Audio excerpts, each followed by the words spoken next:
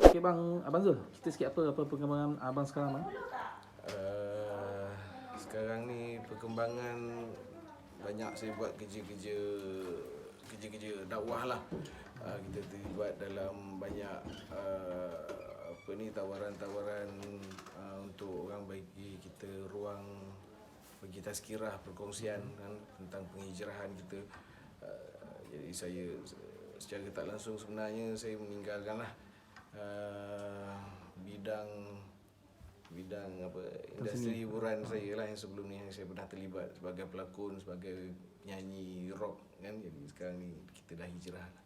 InsyaAllah. So maksudnya dalam tempoh, rasanya abang hijrah start dalam 2015-2016 memang. So memang tak terlibat langsung dengan kerja dalam industri hiburan ke atau macam mana? Dari segi lakonan rasanya memang dah berhenti 100% lah. Tapi dari segi nyanyian masih lagi kita menyanyi.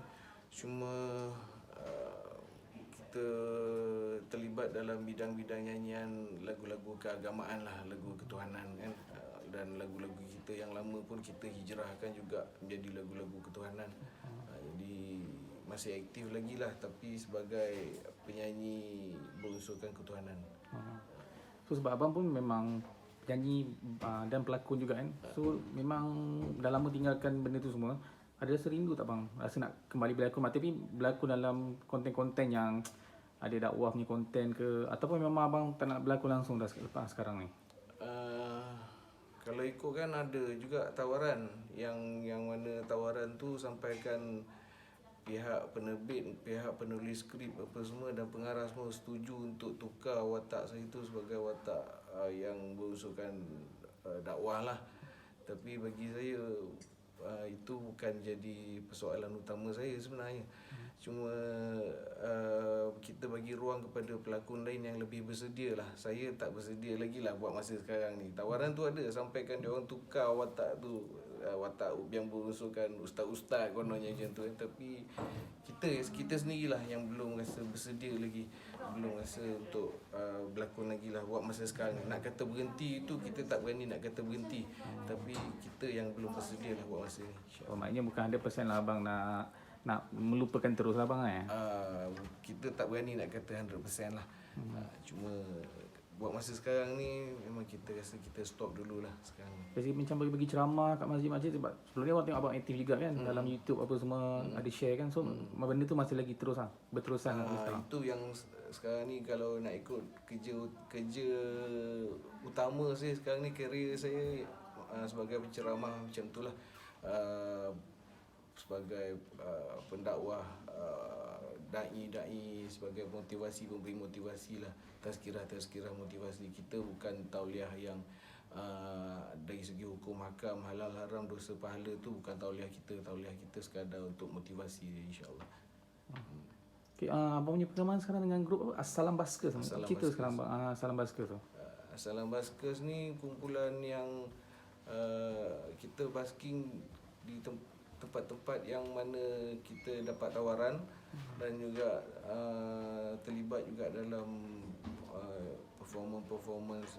Kadang-kadang ada dinner show pun ada juga yang panggil kita kan. Kadang-kadang tu yang event VIP pun ada juga. Jadi kita terbuka lah, dan secara tak langsung sebenarnya kena dengan penghijrahan saya ni. Saya terlibat dengan diorang yang mana kumpulan Assalam Baskers ni pun memang diorang punya ni tema dia tu kumpulan dakwah lah.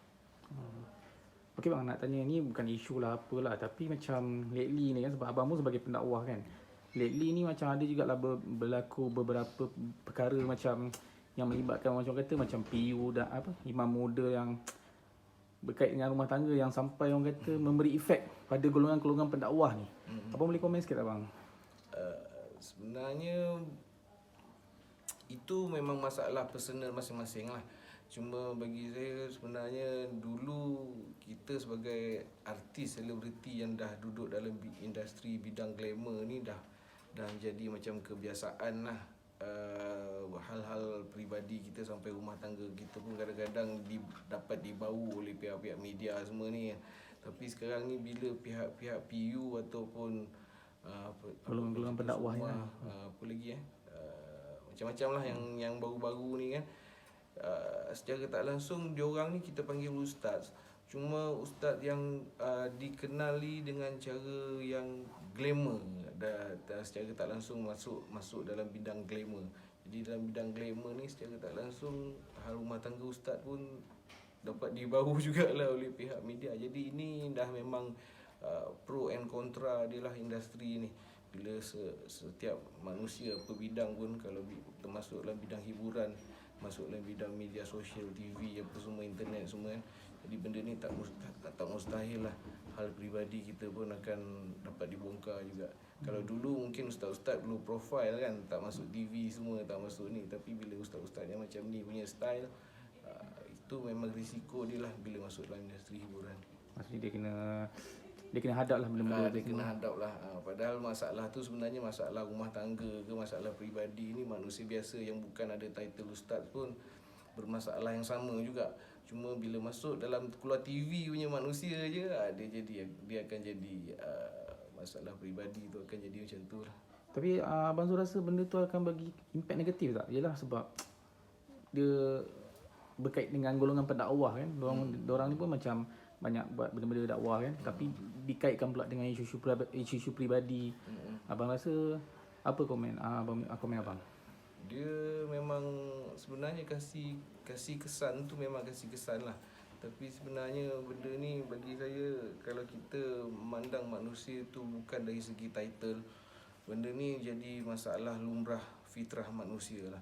Dari segi, minta maaf cakap, kalau dari segi masalah peribadi rumah tangga, kadang-kadang tu ada kita dengar cerita masalah keruntuhan rumah tangga, cerai berai ataupun macam-macam masalah yang lain kan. Fitnah itu ini apa semua. Ini sebenarnya lumrah biasa fitrah manusia lah.